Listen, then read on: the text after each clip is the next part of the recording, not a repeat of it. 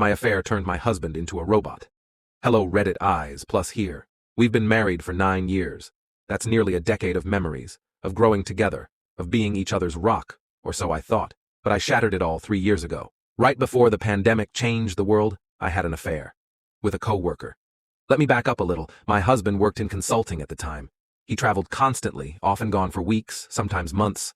I was alone, pregnant, hormonal, and struggling to make sense of it all. That's when my coworker swooped in, planting seeds of doubt, making me believe that my husband was out there, doing the very thing I was about to do. You know he's cheating on you, right? No man can stay away that long without someone on the side, she'd say. And I believed her. I shouldn't have, but I did. I can't even blame her fully. It was my choice, my colossal mistake. When our daughter was born in early 2020, I was home on maternity leave, away from my coworker. The affair had started to fade as life got busy, and then came the lockdowns. Suddenly, my husband was around all the time, caring for our baby, being the loving man I'd married. Guilt crept in, gnawing at me until I couldn't hold it inside any longer. One night, I broke down and told him everything. I'll never forget the way his face changed, like a mask melting off. He was smiling at the start of our conversation, but by the time I finished, his expression was hollow. Not anger, not tears, just emptiness. The first thing he asked, "Is our daughter mine?" That hit me like a punch to the gut. I swore she was, and I meant it.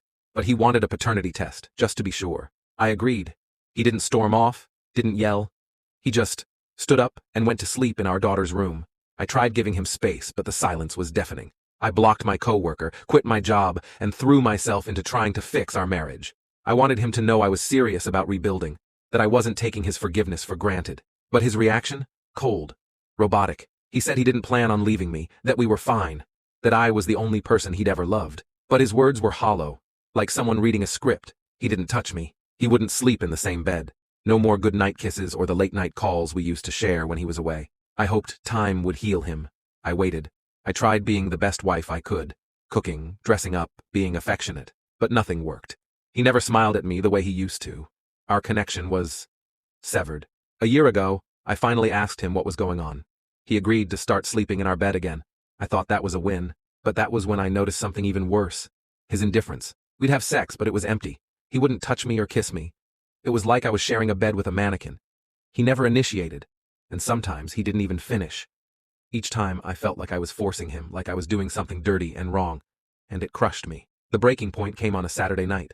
I was all dressed up for a girl's night out, hair done the way he used to love, wearing his favorite dress. I was hoping maybe, just maybe, he'd notice me again. He saw me about to leave, and casually said, "You have a date tonight or something?"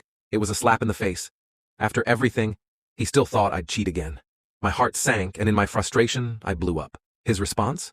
"Well, it didn't stop you before, so I don't know why it would stop you now when you know you can get away with it." I didn't go out that night. I couldn't. I was too broken. I thought I could handle the coldness, the distance, but hearing those words from the man I love more than anyone, it was too much. I know I messed up. I don't need anyone to tell me that, but I just want my husband back. The man I laughed with, shared dreams with, the one who held me when the world got too heavy. Now he's like a robot, going through the motions, but never really there. We tried therapy. He barely spoke during sessions, and we quit after a few weeks.